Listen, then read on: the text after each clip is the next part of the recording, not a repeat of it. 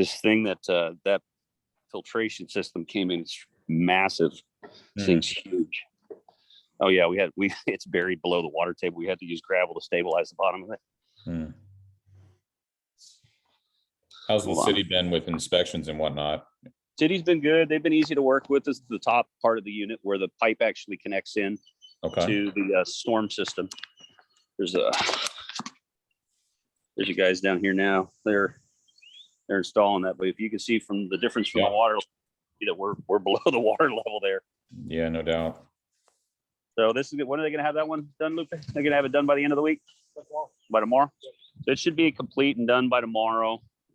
Here, let me walk around the other side.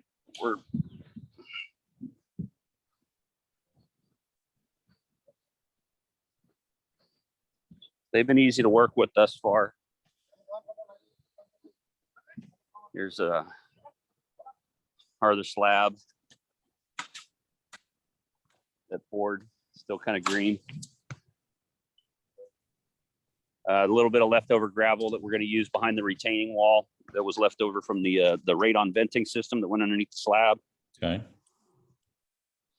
But this is pretty much the rest of the site. These are our stockpiles for back at curb and the finished grading. We did get rid of most of that dirt, which was in that excavation and removal number for that gabion wall. Okay. How many truckloads did we get rid of out of here? About 100 trucks. Yeah, we got rid of about 100 trucks worth of material. We had a lot of fill. Is that more or less than what was originally planned? Yeah, I'm sorry. Is that more or less than what was originally planned for export? No, we figured it was going to be somewhere between 100 to 120 loads for haul off. Okay. We stopped while we were ahead, so we got some topsoil here, and then we've got select material that's over there. So okay, we'll be building it up as we get our parking lot built. We've got a little bit more, one extension that needs to still go in for the storm tie-in. And we just got the approval on the underground for our primary. We've already got a power pole on site. So we do have temporary power, and we're going to use that for the permanent power as well. Here's down at the lower Resaca. We've got. Oh, there it is. Okay. Yeah, we've got the retaining wall going in now. They still got to cut a massive trunk off over there to complete the wall sections and connect them. But this is pretty much the extent of it. So this will be the park area. They've got their dead mans and tie-ins back here with their all threads already in place. And I think we're calling in for inspection tomorrow on that, right? We're able to save the big cypresses and the other stuff that we were able to keep in this little park system right here. But you can see the elevation change between this and the upper parking lot. So the lower bank flexi-mat system is going to go right along this edge. We're going to come in right here where you see that roll and the palm trees. Yes. We've got an accessible route that's coming across the parking lot. So they gave us an accessible route coming down here. We're going to be putting in a handicap ramp right here to get handicap accessibility to the park. Okay.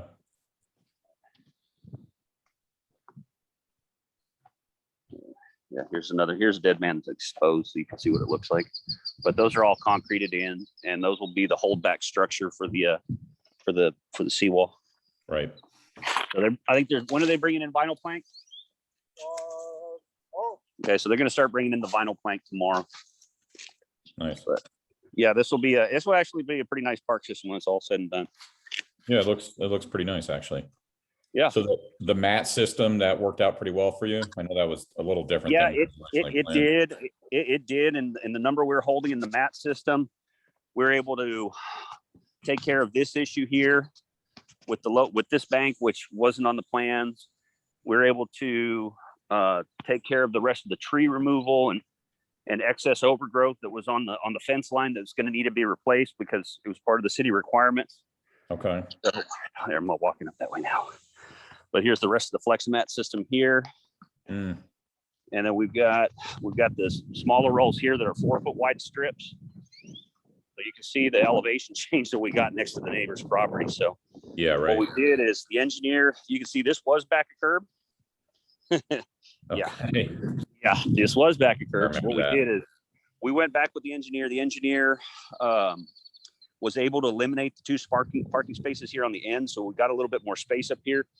And so what we're going to do is use that FlexiMat system along here And we're going to use that. We're going to have to remove that fencing, a couple of these stumps, but we had all that included. We were able to suck up all that in that number that we had for the Gabion wall. So it didn't have to come back on the project as a change order. We were able to pay for all that. We were able to pay for the removal of everything you see up there too. The fence is still in place because we're not going to replace the fence yet because somebody's going to screw it up. So Yeah. we're gonna wait for the fence. But down here at this base is where we're gonna move this dirt back a little bit. We're gonna install the Fleximat system here on this bank so it retains all the dirt around the parking lot. And then we're gonna use those 4-foot rolls that are right here. We're gonna use those as a swale system that'll pretty much go all the way out that way. Catch any of the park. drainage. You see the park wall. We kept the elevation high on the park wall over there, but you see where that drop is? I'm not sure where exactly you're pointing at. So right between those two trees, you see how it dips down? Yes. Seawall dips down right there. Yeah. What we did is we left that elevation high so we could have a pretty much level park up here, and then that way we didn't have problems with accessibility issues. I got you. And then we dropped it down over here. So this will basically, this won't be serviced by the storm drain area. So any of the storm water that's coming in here, that the Fleximat is going to work like a filter system, and then it's going to be grass for the last, I think, like 30 feet down there at the end, which will act again as a filter system before discharging into that Resaca. And by lowering that a foot, we were able to get the grades that we needed to properly drain the material, drain any storm water and not onto the adjacent properties. Gotcha. You mentioned up where looks like you're walking back to kind of the engineer eliminated 2 parking spaces, or did he move them?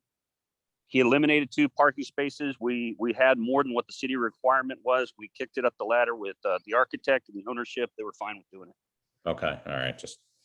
Just making sure we're not underparked. I can't remember what the ratio was. Yeah, I think it was 1.5 spaces per unit is what there was, but they got some variants. It's only 1 per unit in town. We're just losing 2 stalls.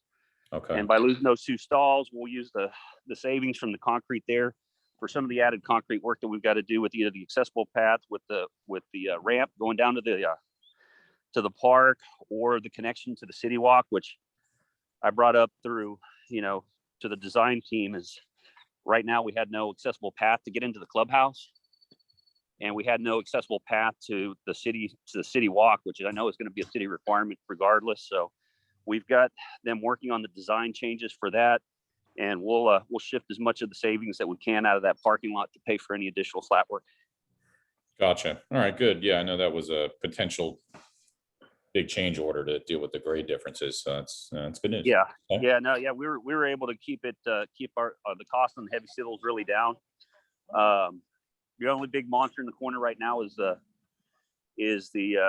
framing material. We did get put on allocation. We didn't find this out till about 3 weeks ago. So we got about, I think it was like 72% of the materials that we need on site, but we're missing some major components like 7/16 exterior sheeting and tongue and groove for the 3/4 tongue and groove for the flooring. So we're trying to scramble to try to figure that out right now. Everything is pretty much double in cost for what we're missing under the current market. But we do have a 15% waste factor that's plugged into that. We have instructed the framers to use everything. If it's more than 12 inches long, you're sticking it in the building. And we're going to see exactly what it's going to take to get this first floor framing done. So we'll know exactly what it takes to complete the building, and we'll have a good idea of what we'll need to finish the project out. Hopefully these lumber prices start getting under control. This is absolutely outrageous. I've never seen anything like this in my career. Yep, it's the topic of discussion on every single call and everything right now. So. It is absolutely ridiculous. And when we locked it in on the Southwest Index at 670. Oh wow! And right now it's like over 1,200. So that same sheet of tongue and groove that we locked in at $24.50 a sheet is costing $48 right now, and that's if you can find it. Everything's mill direct, and everything coming out of the mills right now is sky high. Wow. So, yeah. All right. Well, we'll keep. We'll talk about that on the next one, I guess. Hopefully, maybe that's sorted out. Hopefully, we'll have it cleared up by then. But in the meantime, we're pinching pennies on how to get this done as cheap as possible and with as little material as possible without jeopardizing, of course, the construction and integrity of the building. But Yep. You know, Yep. waste factor, and hopefully we had plenty of waste factor in it. We usually have about a 15%, so Okay. we should be pretty good. Chris, have you got enough sheeting to be able to build for the next few weeks or whatever, so you can get the thing, so you can get it resolved? We have access to sheathing, but one of the big holes was all the sheathing for the job. I mean, I've got enough P&G to do the first floor. That's all I've got for the job. The other big ticket item was OSB. We had locked in CDX plywood, which is $18.99 at the time of the lock-in, because CDX was cheaper than OSB at that time. I think OSB was like $26 a sheet or something like that. And now CDX is like 38 and OSB is 33. So we'll probably be looking to use OSB. We're just trying to find somebody with the right price on a direct shipment. We got trusses coming in the first week of April, so that'll give us enough time to finish all of our framing, do our check, get our blocking in, and get all of our windstorm anchorage for the hold downs on our shear walls installed before the trusses get here. And we'll start with second floor framing, and then we'll need to start sheeting at that point. So we've got a little time to buy. Okay, that's good. You're not totally squeezed at this point. That's good. Yeah, we're totally squeezed. It's just we're trying to take it one day at a time. I hate being in a predicament like this. I'm used to it just being in a stockpile in the yard. Yeah. Sitting here freely grabbing what we need to build.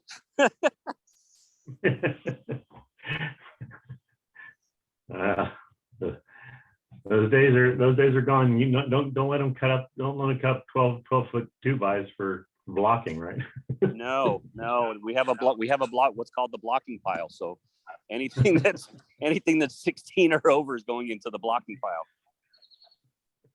All right, I got a weird question I got to ask, and laugh at me if you will, but is there any available in Mexico? You guys are right there. Can you? I mean, Mexico doesn't have. They don't have lumber resources. Yeah, I kind of. They've got concrete and block. They got plenty of Yeah. concrete and block. I've got people that I know that are getting ready to start another 288 unit apartment here in Edinburgh, and they're doing metal stud framing. It's actually cheaper than using wood right now. Metal stud framing, believe it or not. Yeah. Wow. No. Yeah, you open that can of worms. I mean, the problem is the labor offset from going to somebody like a commercial contractor that does metal framing to wood framing. Yeah. I don't know how they're going to pull it off, but they told me they're doing it. Wow. Yeah. Interesting. I've seen some people that are basically they're using the wood for the structural, but they're using they're going to metal stud for the just demising wall. Mm. For the interior walls. Yeah. Yeah, anything that's non-load bearing. Yeah. Yeah, where you can get away with the little lighter gauge, because the lighter gauge stuff is pretty affordable. But if you start going into structural gauge, 18 gauge stuff like that, I mean, the cost is neck and neck with what the current lumber pricing is. Yeah. That's Because we looked at it, believe it or not. It was an actual option that we were trying to kick around, but it didn't seem feasible, especially for this project here, because it's inland one. Yeah. Gotcha. All right. Well, I guess keep us appraised as you get if you run into more if you don't solve the problems, I guess. Yeah. Well, it's an issue. It's the biggest elephant sitting in the corner of the room right now, but we're trying to work through it. Okay. Yeah. Yeah. Keep us posted. All right, we'll do. All right. I appreciate it, Chris. Hey, Matt, can you hang on for a second? Sure. Yeah. Okay. Thanks for the tour, Chris. Appreciate it.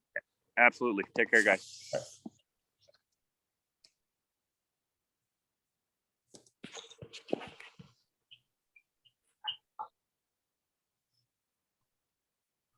Okay.